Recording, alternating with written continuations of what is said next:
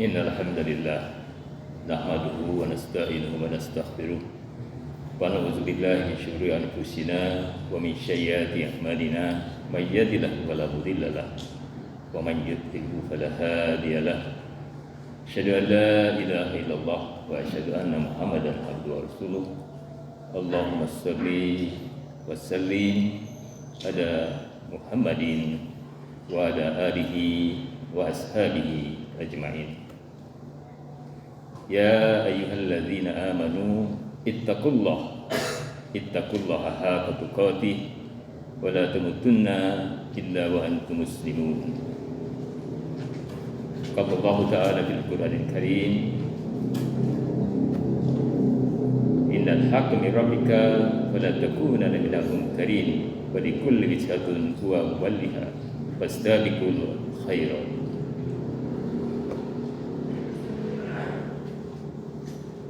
Alhamdulillah, segala puji bagi Allah yang telah memberikan nikmat yang terhingga kepada kita, nikmat iman, nikmat sehat, sehingga kita bisa hadir di dalam ibadah salat Jumat di masjid yang kita cintai ini. Salam dan salam semoga senantiasa tercurah kepada junjungan kita Rasulullah SAW, kepada keluarganya, kepada sahabatnya dan pengikutnya, insyaallah termasuk kita yang ada di masjid ini. Khatib juga berwasiat, marilah sama-sama kita tingkatkan takwa kita kepada Allah dengan takwa yang sebenar-benarnya, karena dengan takwa itulah kalau kita akan menjumpai Allah di yaumil akhir. Hadirin rahimakumullah, topik untuk khutbah Jumat siang hari ini, marilah kita sama-sama memahami makna kebenaran. Al-haqqu mir rabbik fala takunanna minal mumtarin. Bahwa kebenaran adalah sesuatu yang berasal dari Allah, maka jangan pernah kalian merasa ragu. Demikian di dalam surat Al-Baqarah 147. Hadirin rahimakumullah, terminologi ini sangat sederhana, sangat mudah dipahami oleh siapa saja. Karena Allah lah yang menciptakan alam semesta ini, termasuk kita manusia. Sehingga Allah lah yang berhak menentukan, berhak mengatur semua makhluk yang diciptakannya. Maka adalah suatu keniscayaan apabila semua yang berasal dari Allah adalah al-haq. Al-haqqu min rabbik. Jadi semua yang berasal dari Allah yang Maha Pencipta dan Maha memelihara manusia, maka itu adalah yang hak. Hadirin rahimakumullah, mekanisme bagaimana Allah menurunkan kebenaran di dalam dunia ini, maka banyak kita membagi menjadi dua kategori. Yang pertama adalah yang termaktub di dalam ayat-ayat kauniyah, dan yang kedua yang ada di dalam ayat-ayat kauniyah. Jadi dua hal ini adalah menjadi ketentuan, ketetapan dari Allah untuk menjalankan, Allah menjalankan semua yang dikehendakinya dari iradah Allah, menetapkan kebenaran melalui dua hal yang senantiasa kita pelajari. Ayat-ayat kauliyah Allah telah diturunkan melalui Rasulnya dari sejak Nabi Adam alaihissalam sampai dengan Rasulullah SAW, sehingga tidak ada keraguan sama sekali karena Allah telah menurunkan Rasulnya. Banyak ayat di dalam Al-Quranul Karim, ya. Salah satunya adalah di dalam surat Al-Maidah ayat 48. Wa anzalna ilaikal kitaba bil haqq musaddiqan lima baina yadayhi minal kitab wa muhaiminan 'alaihi. Jadi Allah dan telah diturunkan oleh Allah kitab. Jadi kitab di sini kalau di dalam pengertian Islam adalah Al-Qur'anul Karim. Musaddiqan lima baina yadayhi minal kitab, yang membenarkan ya, kitab-kitab yang telah hadir sebelumnya. Musaddiqan dalam pengertian dua hal, membenarkan bahwa dulu yang pernah ada yang berasal dari risalah-risalah Nabi Ibrahim alaihissalam, Nabi Musa alaihissalam, Nabi Isa alaihissalam adalah benar berasal dari Allah. Dan kemudian musaddiqah yang berikutnya adalah Al-Quranul Karim, meluruskan penyimpangan-penyimpangan yang telah dibuat oleh tangan-tangan jahil manusia. Sehingga para nabi dalam hal ini utamanya adalah Rasulullah SAW tidak menyampaikan sesuatu kecuali berasal dari Allah.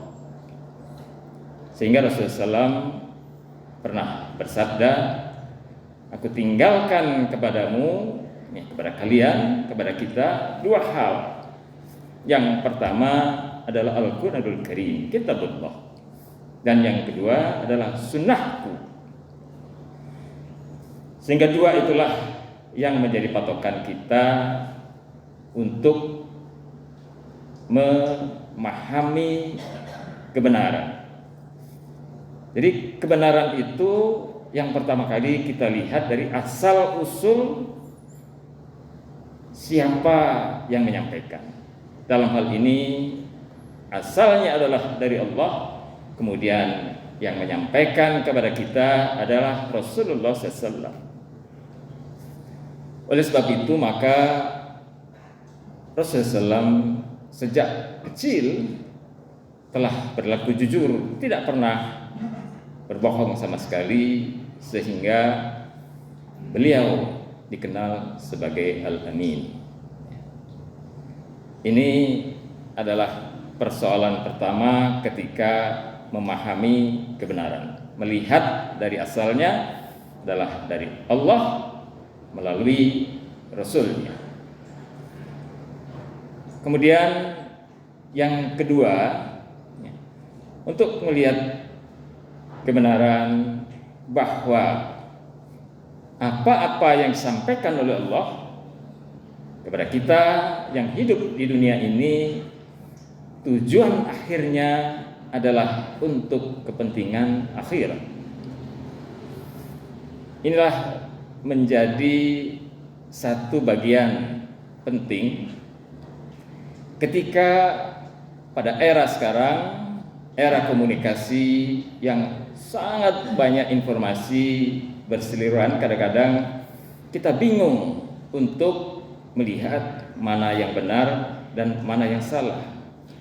Maka identitas kedua yakni bahwa apabila sesuatu yang disampaikan adalah al-haq itu untuk tujuan akhirat, itu menunjukkan tingkat kebenaran yang lebih tinggi daripada untuk kepentingan duniawi. Memang para saintis, para ilmuwan mempelajari ayat-ayat kauniyah. Semua itu adalah kebenaran, tetapi bukan menjadi tujuan. Yang menjadi tujuan adalah kehidupan akhirat manusia.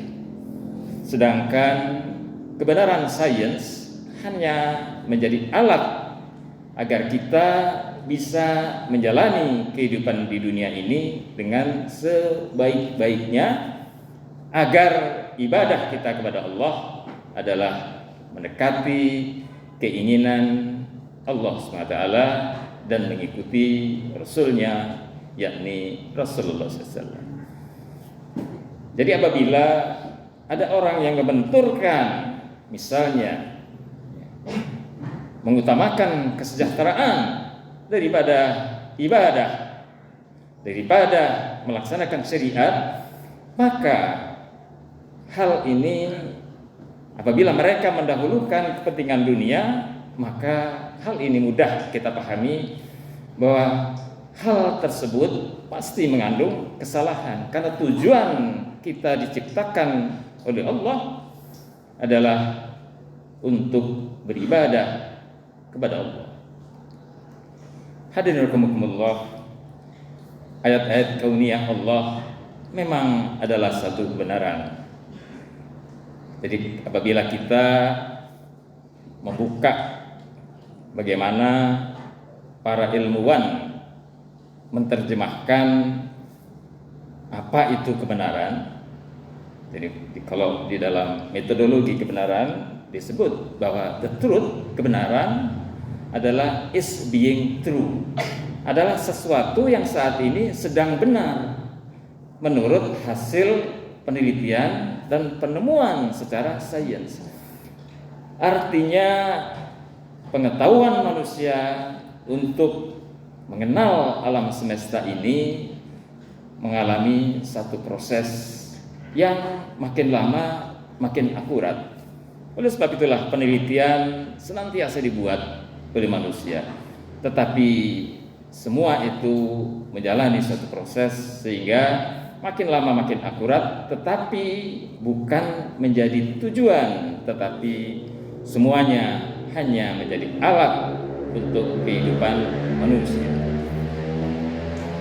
Sehingga apabila kita beberapa minggu yang lalu di televisi misalnya diceritakan bahwa manusia sudah bisa membuat labu yang sangat besar.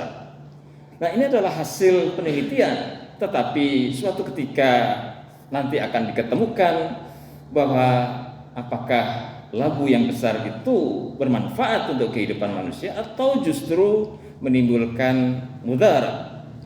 Itulah yang senantiasa menjadi pemikiran para ilmuwan. Oleh sebab itu semua hal-hal yang terkait dengan duniawi hendaknya tidak bisa kita terima begitu saja, tetapi perlu dilihat secara kauliyah. Apakah ada petunjuk dari Allah SWT bahwa hal-hal yang ada di dunia ini bersifat mutlak untuk kepentingan akhirat?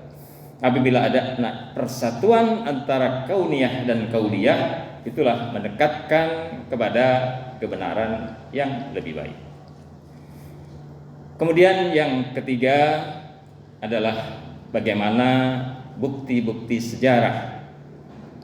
Hadirin rahimakumullah, seperti halnya pada saat ini apabila kita melihat ada perbedaan pendapat, maka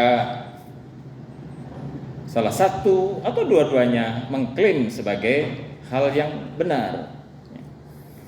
Dan biasanya orang-orang yang mengklaim sebagai kebenaran mempunyai satu power yang mungkin dimiliki oleh manusia adalah kekuasaan atau keuangan atau ilmu, sedangkan mungkin pihak-pihak yang lain mungkin tidak terlalu menguasai atau tidak memiliki hal-hal yang seperti itu.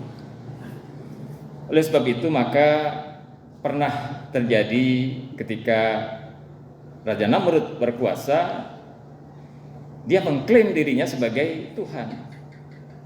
Klaim dari Namrud sebagai Tuhan tidak lain karena dia adalah mempunyai kekuasaan yang besar di negaranya. Di dalam surat Al-Baqarah disebutkan, jadi ketika Nabi Ibrahim alaihissalam mengatakan, Rabbi yuhyi wa yumit, Tuhanku bisa menghidupkan dan mematikan. Maka Namrud mengatakan, qala ana uhyi wa umit, aku juga bisa menghidupkan dan mematikan, kata Namrud. Tetapi persepsi Namrud ini tidak sama dengan persepsi Ibrahim alaihissalam.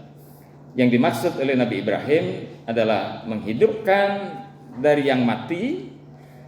Bagaimana manusia diciptakan dari saripati tanah, kemudian ditiupkan ruh oleh Allah menjadi sesuatu yang hidup, kemudian dimatikan lagi oleh Allah di alam kubur, dan nanti kemudian dihidupkan kembali ketika hari kiamat datang dan dimintai pertanggungjawaban. Tetapi persepsi dari Namrud berbeda. Hadirin rahimakumullah, hal yang sederhana ini mengingatkan kepada kita kekuasaan senantiasa memaksakan kehendak. Oleh sebab itu, maka sebagai orang yang belajar, maka perlu mengkaji semua informasi dengan dua syarat yang sebelumnya tadi, yakni berasal dari Allah dan mengikuti kauniyah dan kauliyah. Tentu saja bagi orang-orang awam, ketika Namrud memanggil dua orang, yang satu dibunuh, kemudian yang satu dibiarkan, mengatakan aku mematikan dan menghidupkan. Padahal yang dilakukan adalah membunuh dan membiarkan orang yang hidup. Kemudian Nabi Ibrahim alaihissalam mengatakan bahwa Allah Tuhanku adalah ya'ti bisyamsi minal masrik, menerbitkan matahari dari timur dan kemudian menenggelamkan dari matahari. Apabila engkau bisa, maka itulah syarat pengakuan sebagai Tuhan. Oleh sebab itu, maka tentu saja Nabi Ibrahim tidak mendapatkan jawaban dari Namrud. Malah Nabi Ibrahim ditangkap dan kemudian dibakar ke dalam satu api unggun yang sangat besar. Hadirin rahimakumullah, ketika Nabi Ibrahim dibakar secara kauniyah, maka secara kauniyah harusnya Nabi Ibrahim terbakar. Tapi ternyata Allah berkehendak lain sehingga Nabi Ibrahim alaihissalam selamat dari kobaran api. Dan hal inilah yang menjadi hujah bagi Nabi Ibrahim, bahwa Allah senantiasa melindungi hambanya yang membela agamanya dan menegakkan kebenaran yang berasal dari Allah SWT. Hal ini seperti dialami oleh Nabi Musa alaihissalam, di mana tongkat-tongkat Nabi Musa bisa memakan sihir dari ular-ular kecil para ahli sihir Fir'aun, menunjukkan bahwa ahli sihir Fir'aun mengetahui bahwa tidak mungkin yang dilempar oleh Nabi Musa alaihissalam adalah sihir, karena bisa memakan apa yang mereka lemparkan, tidak lain hanya tipuan belaka. Mudah-mudahan pelajaran ini paling tidak ketika kita mendengar hal-hal yang tentang kebenaran yang berseliweran yang ada di hadapan kita, maka kita bisa mengevaluasi dengan benar apakah betul itu adalah berasal dari Allah sesuai dengan sunnah Rasulullah SAW, atau dia apabila dinyatakan sebagai sains, ayat-ayat kauniyah, apakah itu sesuai dengan ayat-ayat kauniyah? Dan yang kemudian yang kedua, apakah kebenaran tersebut sampai ujungnya di akhirat atau hanya untuk kepentingan dunia? Maka apabila sampai kepentingan akhirat, maka itulah bagian daripada kebenaran. Sebaliknya, maka itu hanya untuk kepentingan duniawi. Dan kemudian yang ketiga adalah ketika kita melihat itu perjalanan sejarah ya, telah membuktikan kepada kita bahwa yang benar itulah yang akan menang dan kebatilan senantiasa salah, sehingga di dalam Al-Quran dikatakan wala talbisul haqqo bibatil, jangan dicampur antara yang benar dan yang salah. Kita sebagai umat Islam senantiasa berpihak kepada kebenaran. Mudah-mudahan Allah senantiasa melindungi kita dan senantiasa bersama dengan kebenaran yang diturunkan oleh Allah. Barakallahu li wa lakum.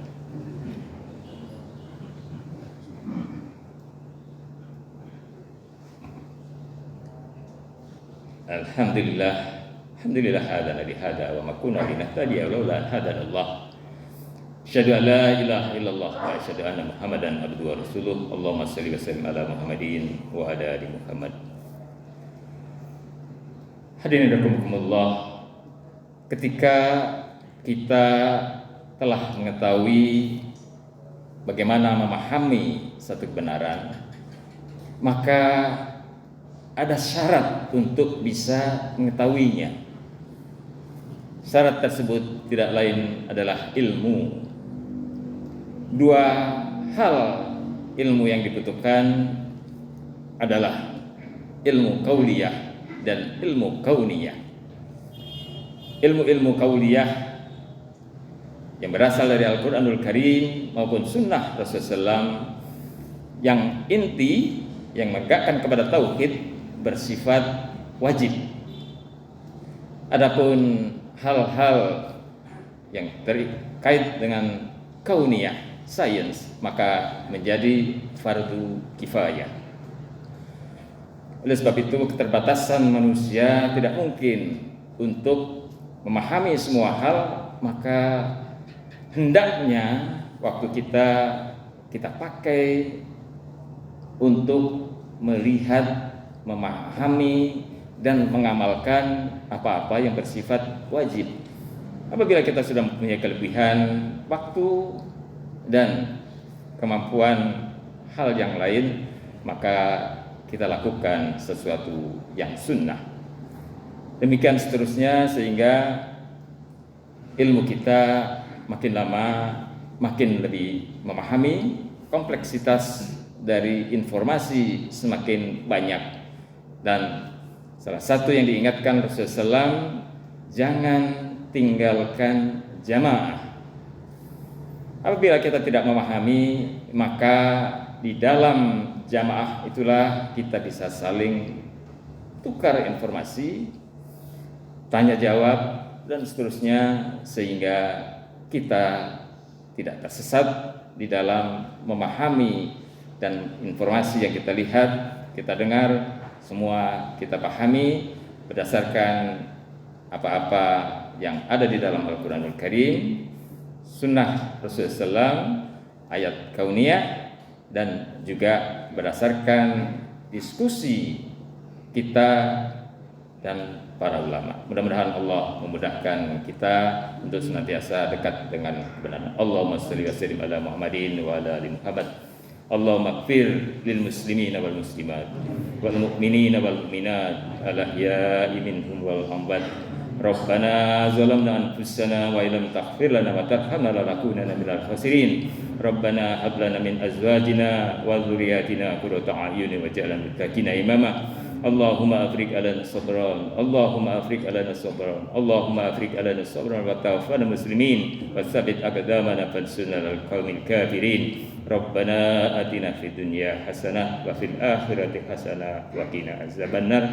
Subhana rabbika rabbil izzati amma yasifun. Wassalamu ala mursalin. Alhamdulillahi rabbil alamin. Aqimussalam.